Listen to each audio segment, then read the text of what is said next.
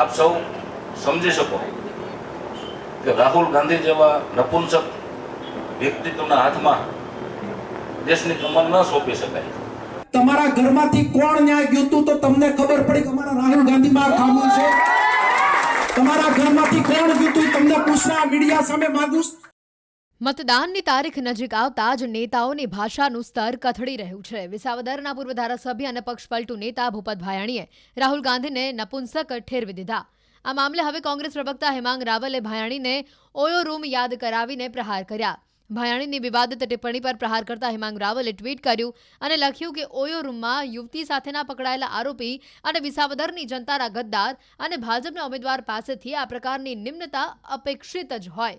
કોઈ માનસિક મગજનો રોગ હોય તો અમારા ગુજરાત કોંગ્રેસના ઉપપ્રમુખ ડોક્ટર હેમાંગ વસાવડા તેમનો મફતમાં ઇલાજ કરી આપશે અને ચૂંટણીમાં પ્રજા ઇલાજ તો કરશે જ। એમણે આ પ્રકારની નિમ્ન કક્ષાની વાત કરીને પોતાના સંસ્કારોનું પ્રદર્શન કરેલું છે। આ એ જ વ્યક્તિ છે કે જેના ઉપર ઓયો રૂમમાં જવાના મહિલા સાથેના આરોપો લાગેલા હતા।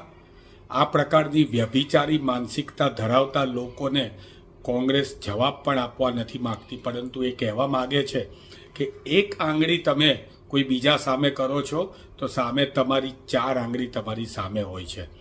મને તો લાગે છે કે ભાજપમાં જોડાયા પછી ચાહે તે હર્ષદભાઈ રીબડિયા હોય કે ચાહે ભાઈ વિસાવદરના અત્યારના ભૂપતભાઈ હોય કે કોઈ પણ બીજા લોકો હોય, એમની માનસિકતા જે છે એ આ પ્રકારની થઈ જાય છે। ખાસ કરીને એક ક્ષત્રિય સમાજ અને રાજા મહારાજાઓની સ્ત્રીઓ વિશે પણ, એમના મા બહેનો વિશે પણ ખરાબ ઉચ્ચારણ કરનારા ભારતીય જનતા પક્ષમાં છે।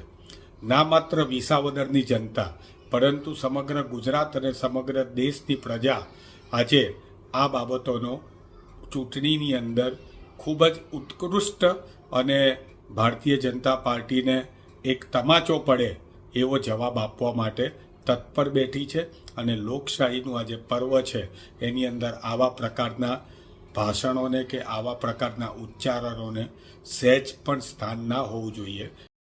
આ ઉપરાંત અમરેલી જિલ્લા કોંગ્રેસના પ્રમુખે પણ ભાયાણી પર પ્રહાર કર્યા। જો કે અહીંયા ભાયાણીની જેમ દુધાત પણ જાહેર જીવનની મર્યાદાને ભૂલી ગયા હોય તેવું લાગી રહ્યું છે।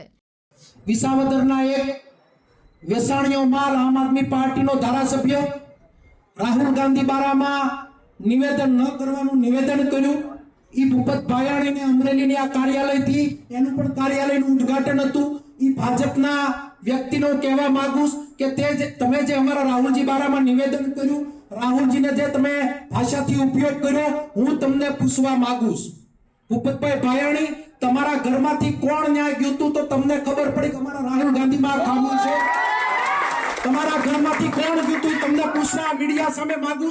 भारतीय जनता पार्टी भान भूलीस, भारतीय जनता पार्टी मजा आवे एवी बात करे, भारतीय जनता पार्टी एवी समझती होय के कांग्रेस खत्म થઈ ગઈ, આવે મારી આ કાર્યાલયના ઉદ્ઘાટનમાં મારા કાર્યકરો બતાવે। આ મામલે ભાયાણી મંગળવારે જ માફી માંગી ચૂક્યા છે। જો કે વિવાદ હવે સતત વકરી રહ્યો છે।